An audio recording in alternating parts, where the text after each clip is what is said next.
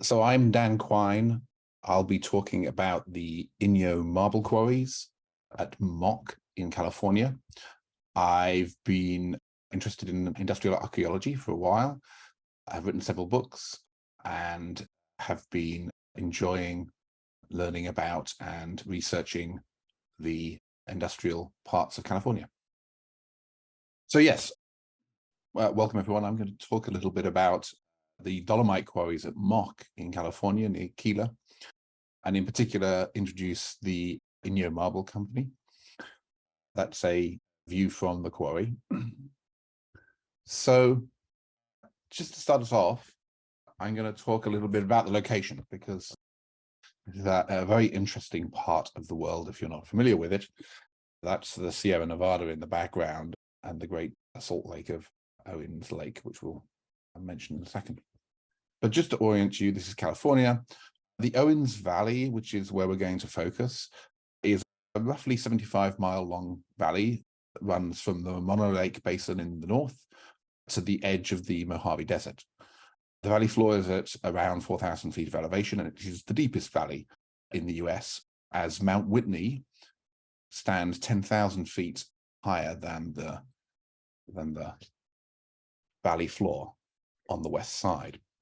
Owens Lake is a large saline lake, 108 square miles, but very shallow, only 23 to 50 feet deep, at the south end of Owens Valley, just above the Mojave Desert, and right under the shadow of Mount Whitney in the Sierra Nevada. In 1913, the lake was drained by William Mulholland to supply Los Angeles with drinking water. In fact, the whole of the Owens Valley was drained. If any of you have seen Chinatown, the movie Chinatown, that's a fictionalized but rather interesting movie about the draining of the Owens Valley. Owens Lake is now dry. There are a couple of places that I want to draw your attention to. Keeler is sort of the main settlement in that area, although it is now almost deserted. South of Keeler, there's a company called the National Soda Products who extracted sodium from the dry lake bed. And then just north of Keeler is Mock, where the Dolomite Quarry that I'm going to talk about is located. Let's talk a little bit about sort of the history of marble quarrying in the east of California. The Inyo Marble Company is the sort of the main one that I'm going to talk about. Marble was first discovered in the Owens Valley in 1863, but it was such a remote location that it was impractical to transport marble out from that location until the Carson and Colorado Railway was connected to Keeler. So the Carson and Colorado is a 3-foot gauge railway that connects from very close to Reno all the way down to Keeler. In 1886, the Inyo Marble Company was founded and purchased the early scratchings at Mock and started commercial production. There was a temporary shutdown in 1895, but the marble there was reasonably high quality and certainly in abundance, and they quickly restarted. The Carson and Colorado became a branch of the Southern Pacific Railroad in 1900. Around the same time, the first marble works actually on the site were created by a guy called Al Staudinger. The Mock Quarry shut down in 1910, but reopened in 1915 to supply the National Soda Products works at Keeler. But that restart only lasted a couple of years, and around 1917, it was closed once more. But after the First World War, the quarry was reopened. It formed a subsidiary called the Sierra Marble and Tile Company in LA, who distributed their marble products. And then in that form, it continued on until 1935, when the Great Depression halted production. It was restarted once more in 1959. In 1961, very notably, it supplied the terrazzo flooring to the then newly opened satellite terminals at Los Angeles International Airport. Sometime, I think in the late 60s, although I'm still trying to figure out exactly when the quarry closed down once more. In 1992, it was purchased by a company called FW Aggregates, and they are continuing to extract marble at multiple locations near Keeler, and the Mock Quarry is one that has been intermittently quarried since 1992. So let's talk a little bit about what they actually produced. This view is inside a building called the Mills Building in San Francisco, which had a lot of mock marble for its interior, and you can see some of it there. And this is obviously the damage from the 1906 earthquake, but the building still survives. We'll talk about that in a moment. The quarries were initially used to produce architectural and ornamental marble. So before 1910, all of the blocks were shipped to a sawing and dressing plant on the Truckee River, some way to the north, about 150 miles to the north, where there was abundant water supply to power the sawing and dressing plant. I mentioned Al Steininger started marble cutting on a small scale around 1900. And in this period when the production was used for ornamental and architectural marble, it was seen as, a high quality product and competed with both Italian marbles and marbles from Vermont.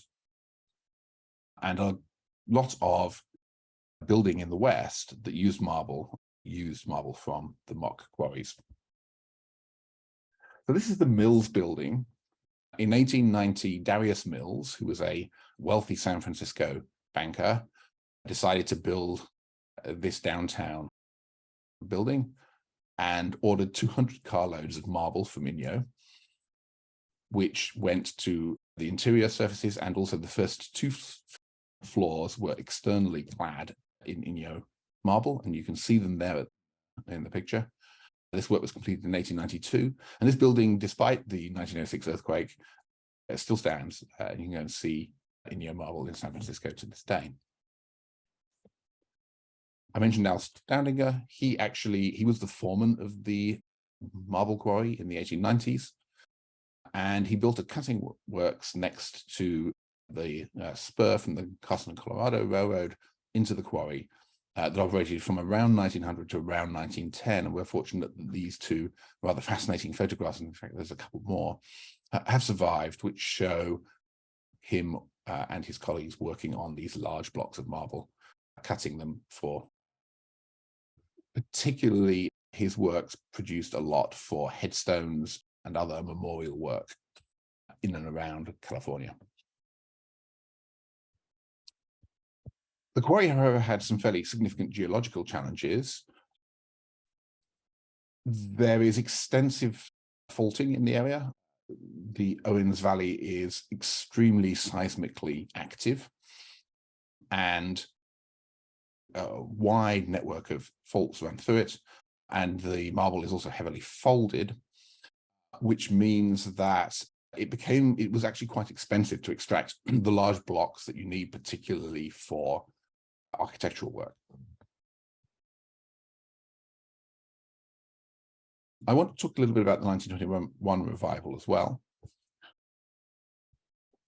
In 1921, the quarry was significantly re-equipped. Below, you can see an internal view of the crushing plant that was installed there so that they could crush marble for other purposes than architectural, and I'll talk about those in a second. And on the right, they installed a series of these rather magnificent derricks to allow them to move marble blocks around on the site. And one thing in particular that was very important is when the Owens Lake and the Owens Valley were drained to supply water to Los Angeles, they not only supplied drinking water, but there's a 4,000-foot drop, and they were able to generate significant hydroelectric power. And the LA Power Company sold power to the Mock Marble Quarry, and for the first time, they were able to operate powered machinery there.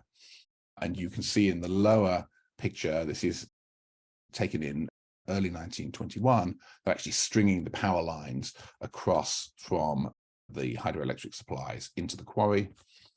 And you can see them sort of setting up on the desert floor to actually start operations later in 1921. And in the top right-hand corner of this right-hand photograph, you can actually see in the background a Carson and Colorado train passing across the desert floor. So I'm going to talk a little bit now about the quarry and some of the industrial archaeology of it. This photograph was taken a couple of years ago and shows the quarry, and you can actually see some of the folding in the marble strata, and there's sort of white marble here, and then green colored marbles as well. You can see the variety of marbles that are present, and we'll talk about some of these interesting structures as well. So first of all, let's talk about transportation, because this was critical to allowing the quarry to operate. This is the Carson and Colorado Railway running diagonally up to Inyo and down to Tequila. And this is the lake bed of Owens Lake. And originally there was a spur that ran here in this blue color, which connected to the quarry. You see up the top. But this was lifted in 1910 when operations ceased. And when it reopened briefly in 1915, a new spur was laid on a route further north. And it's unclear why they relocated and didn't just relay the original spur. But this spur only lasted 2 years, was lifted around 1917 when the quarry failed, and then was relayed again in 1921 when the quarry was revived. And this spur survived into the mid-1950s and allowed the product of the quarry to be shipped out to right across the West. This is a closer look at the quarry. I've been doing some surveying there. I have some more work to do to really kind of unravel the full history here. But you can see the two spurs that came in at different times from the Carson and Colorado. And there was also on the upper level of the quarry a series of internal narrower gauge lines, which were probably hand worked, that were either 18 or 24-inch gauge. We're still trying to figure out exactly what the gauge was, but there is significant evidence on the ground and from aerial photography of this upper level series of lines of either 18 or 24-inch gauge. And these derricks derrick cranes are very interesting. They're 1913 patent American Hoist and Derrick Company of St. Paul's, Minnesota. 2 were installed, we know, in 1915, and further ones were installed in 1921. Similar cranes have been on site before that. And several of them actually survive. One is still upright, and you can see, this is on the right, and you can see the guy wires that hold the king post in place. And then you can see in the lower photograph details of the arrangement that allowed it to be stayed in place. The Owens Valley and this location particularly are very exposed, and you get very high winds running through the valley. So you need to really hold these cranes in place with this fairly significant wiring system. After the restart in 1921, most of the marble production, although some went to architectural use, most of the marble production was actually to supply the National Soda Products plant south of Keeler with limestone, which was burnt to produce carbon dioxide. This rather spectacular mineral bin was installed probably shortly after World War II, again, still working on an exact date, and fed, so stored crushed marble in the bin, and then this lower section was used to feed that into cars, which were then hauled to Keeler. There was a crusher on the upper level, so the upper level is up here. And before this large bin was built, there were actually a series of loading docks which allowed direct loading into Carson and Colorado cars. This is the National Soda Products plant. in Keeler. This has a fascinating history, and there's a lot to be said about its operations and its industrial archaeology. It used the solvay process to produce soda ash from the sodium that they extracted from the lake bed. And it was the main customer, certainly after 1921, of dolomite coming from the Mock Quarry for use in that solvay process to actually produce soda ash, which was their main product. After 1923, they had a series of Plymouth DLC locomotives, which they used to actually bring dolomite directly to their works in Keeler from the dolomite quarries, rather than waiting for Carson and Colorado trains, locomotives to be available. And here, just around back, are some of the other features of the quarry that I think are interesting. You can see here at the bottom the base of one of the guy derricks that we looked at earlier. I found some plans from the 1913 patent of these cranes, and I think there's a lot to be explored there. You can see at the top one of the lower loading docks, which were used before the materials bin was put in place for loading Carson and Colorado cars. And so this is the second spur line where cars would be loaded. And in the middle, you can see one of the lightweight rails from the internal rail system. I'm actually hoping to return to the quarry later this year to really establish the full details of the internal quarry system as well. So that's a brief introduction to the Inyo marble quarries. A fascinating set of quarries in a really interesting location, and very much the industrial archaeology is determined both by transportation systems, by the use, and very much by the location that these quarries are found in. Thank you.